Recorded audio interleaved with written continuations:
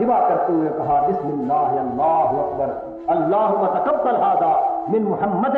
و آل محمد و من امت محمد، کہ باری تعالیٰ یہ تیرے نام پر میں نے قربانی کر دی، اسے ذبح کر دیا، اسے اپنی بارگاہ میں محمد کی طرف سے، آل محمد کی طرف سے اور پوری امت محمد کی طرف سے قبول کروا۔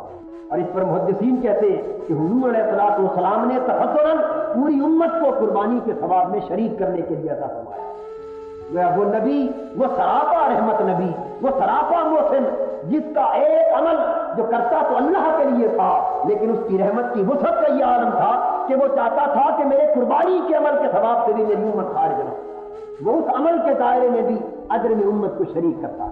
ایک حدیث کے یہ کلمات ہیں کہ حضور نے جب اپنا جانور ذبح فرمایا تو ذبح کر کے کہا کہ ھذا انی وامن لم یذہ من امتی، کہ باری تعالیٰ یہ قربانی میری طرف سے ہے اور میری امت کے ہر اس غریب شخص کی طرف سے ہے جو قربانی نہیں کر سکتا۔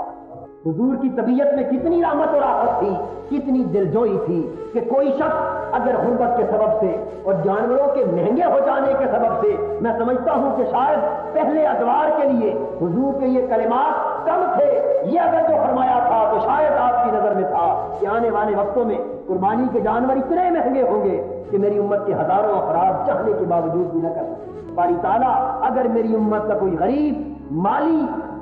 وسعت نہ ہونے کے سبب سے قربانی نہ دے سکے تو تو اس کا مواخذہ نہ کرنا، میں ہر غریب امتی کی قربانی خود اپنے ہاتھوں سے دیے جا رہا ہوں۔ اور اسی لیے حضور نے سیدنا علی شیر خدا سے فرمایا کہ علی،